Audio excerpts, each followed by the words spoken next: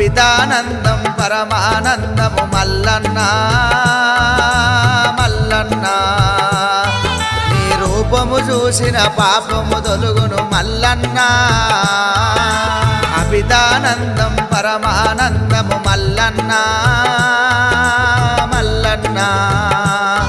నీ రూపము చూసిన పాపము తొలుగును మల్లన్న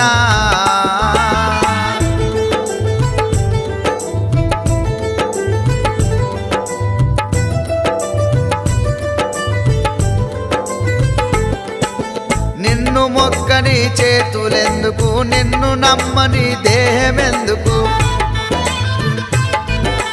దయచేసి మాకు దర్శనమీ